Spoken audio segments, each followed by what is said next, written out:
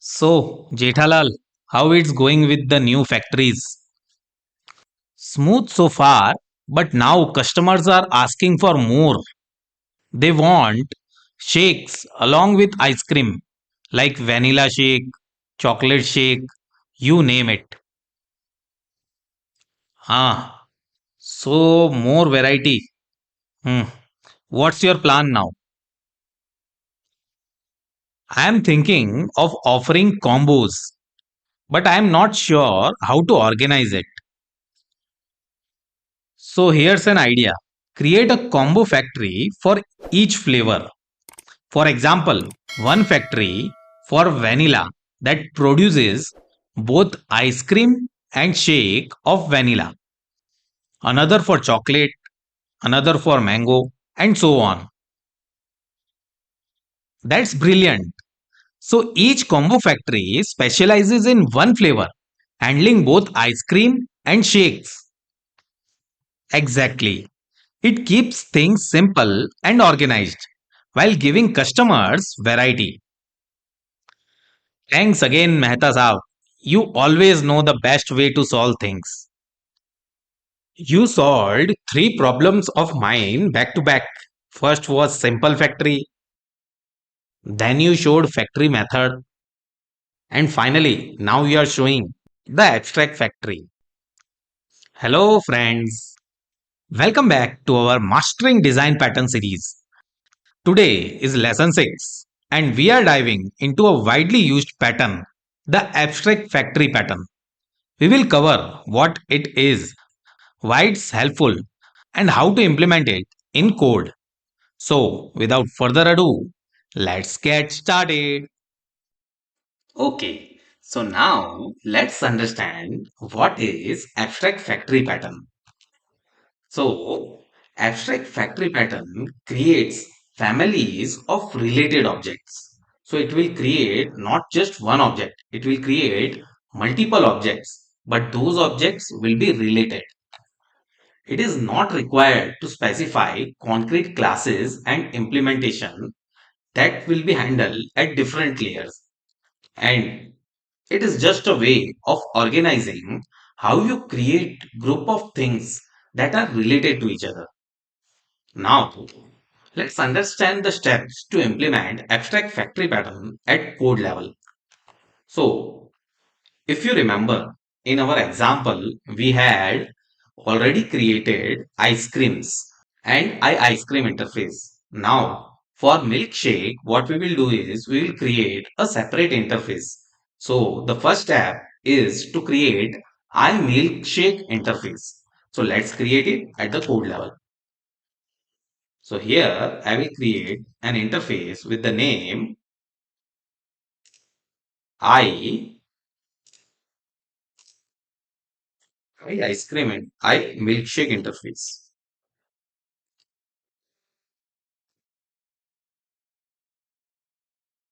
Here I will make it public and I will have one method with the name serve milkshake. So the first step is done here. What is the next step? The next step is of adding vanilla, chocolate, mango, milkshakes in the product folder. So here, if you remember, we had the products chocolate ice cream, mango ice cream, vanilla ice cream. Now, what I will do, since with the same factory, I want two objects to be created at the same time because we are offering now combo items. So, if someone will purchase vanilla combo, then you will get vanilla ice cream plus vanilla milkshake. So, now I will create all the three products which are vanilla milkshake, chocolate milkshake, and mango milkshake. So let me create it.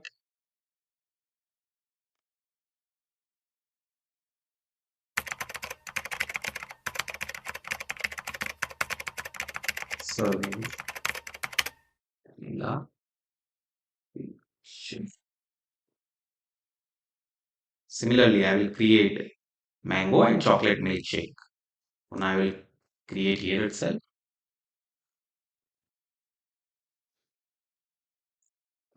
mango, mango milkshake. and chocolate.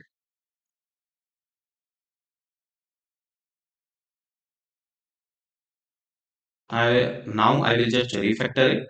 I will move it to the separate window by quick action.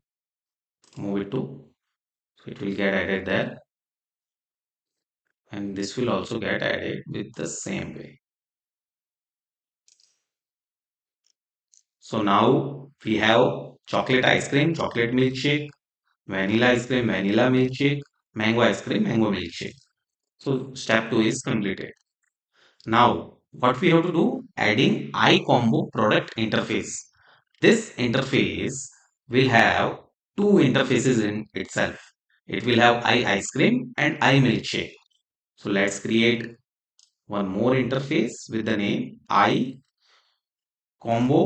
factory. Combo factory. So this will have ice cream and milkshake. Ice cream, create ice cream,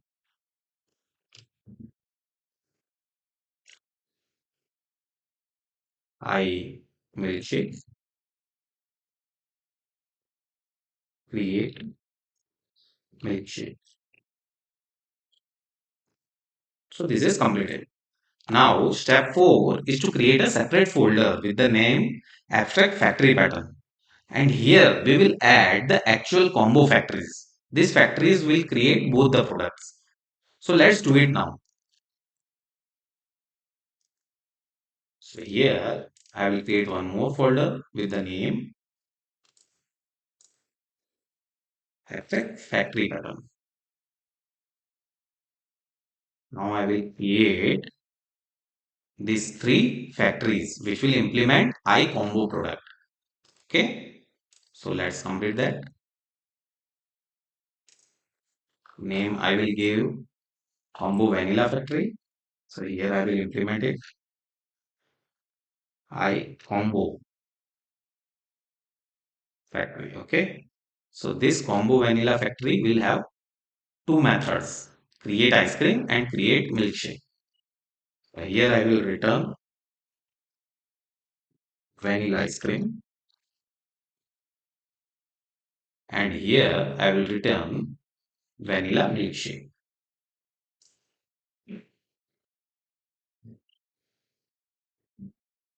As you can see, there is one typing error. I will just correct this typing error in our interface. Where this error is coming? Okay, this interface. So I will correct this here. Okay.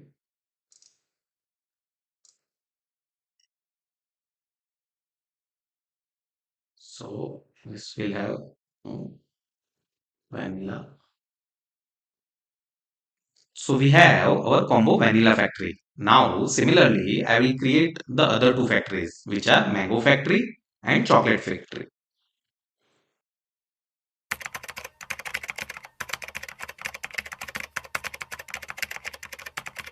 Okay, so now we have three combo factories, one combo chocolate factory, one combo mango factory, and one combo vanilla factory. And each of these factories will create two products. So please note, these factories now will return two products instead of only one product. In factory method pattern, what we understood, or in simple factory, we were getting only one product. But now here we are getting two products by calling only one time. Let's see how we are doing it. So we have completed the step 4. Now the step 5 is to use iCombo product interface and respective combo factories in our main program. So let's use them now. So this was our main program. Previously we were using the factory method pattern. Now let's use combo factory. So here I will just rename it. We are offering vanilla combo, mango combo, and chocolate combo. Which one would you like? So here I will comment this part as well.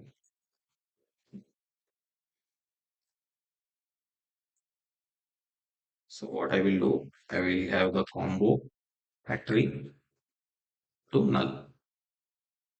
So based on this type, we will create the combo factories. If someone selects vanilla, then combo factory equal to new vanilla combo vanilla factory. Okay. Similarly, for chocolate and mango. If else, again I will set null to null and I will type. Now we have got the factory. This factory will have both the products. So for ice cream, we will use, so if combo factory is not null, not equal to null, then we will have ice cream equal to combo factory dot create ice cream. Similarly, milkshake milkshake equal to combo factory dot create milkshake, and I will call the serve method of ice cream plus the serve method of milkshake. Now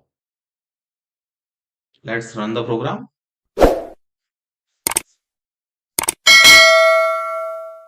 So now what is the options we have? We have vanilla combo, mango combo and chocolate combo. Let's select mango combo and see whether we are getting both ice creams and milkshake or not.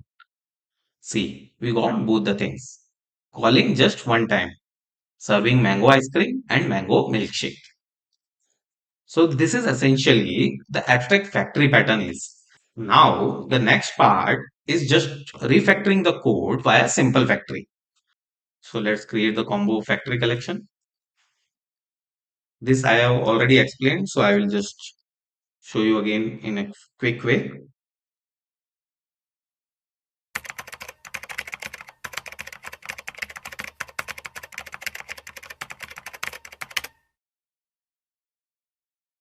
So now I will use this combo factory collection here. So here what I will do, I combo factory to combo factory collection dot get combo factory. I will pass the type. So the code works exactly the same, but it has been now refactored. Correct? Let me run this. Let's select now chocolate.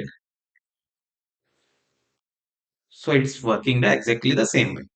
Also, as we discussed previously, we can move this code to a good collection. So let's do it now. Create a collection. We then add vanilla new combo vanilla ice cream. So also step that. Similarly,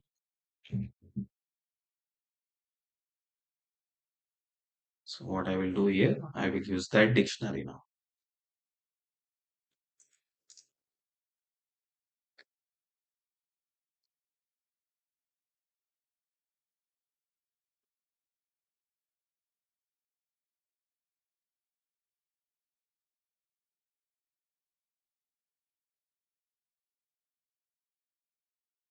Okay, else return null. See how the code has become clean now. Okay, functionality is almost the same, but the code has become clean. So once again, I repeat, abstract factory pattern we will create one interface. This interface will have two products, two or more than two products. It can have for our understanding, we have created only two products. So this is the interface.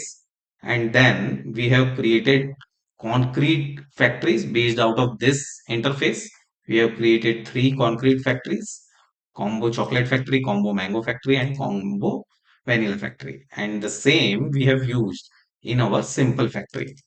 Here we have created the collection, and the program is now using that collection, getting the factory, and from the factory itself we are getting both the products, create via create ice cream and create milkshake methods. And here we are serving both of them. So we have understood all these steps now.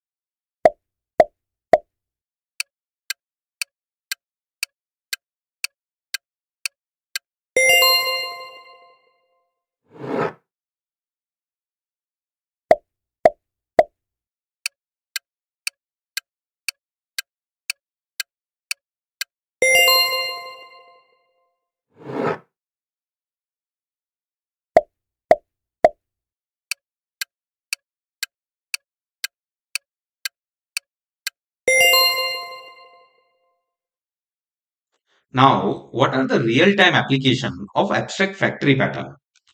First is theme creation. So suppose you have different themes. One theme is of dark color, one theme is of light color. So all these themes will have different objects. So you will get families of this theme at once. So if you want dark theme objects like circle, rectangle, or any buttons colors are there, all you want in dark theme, and you want to get it in one time only, then you can use this theme based approach. And for that, abstract factory pattern will be a good choice. Then game development. So in game development also, like we have buttons, sometimes those games are having different features. So all those widgets are there. So if you want the objects to be created once for the entire thing, then you can use the abstract factory pattern in that case. The third scenario is cross-platform GUI development. So in case you want to develop Windows application or Linux application or any other application, so what you can do is for Windows application, you will get all those kind of objects. For maybe Linux application, you can get the different kind of objects in a family way, in via a family creation. Let's summarize the abstract factory pattern now. So, what it is, it provides a way to create families of related objects without specifying the concrete classes at that time. It promotes consistency among products that belongs to the same family that we just saw in the examples also. One of its main usage could be of developing cross-platform applications because there we require family of related objects to be created. Finally, it helps in adhering the open-closed principle by allowing easy extensions of object families.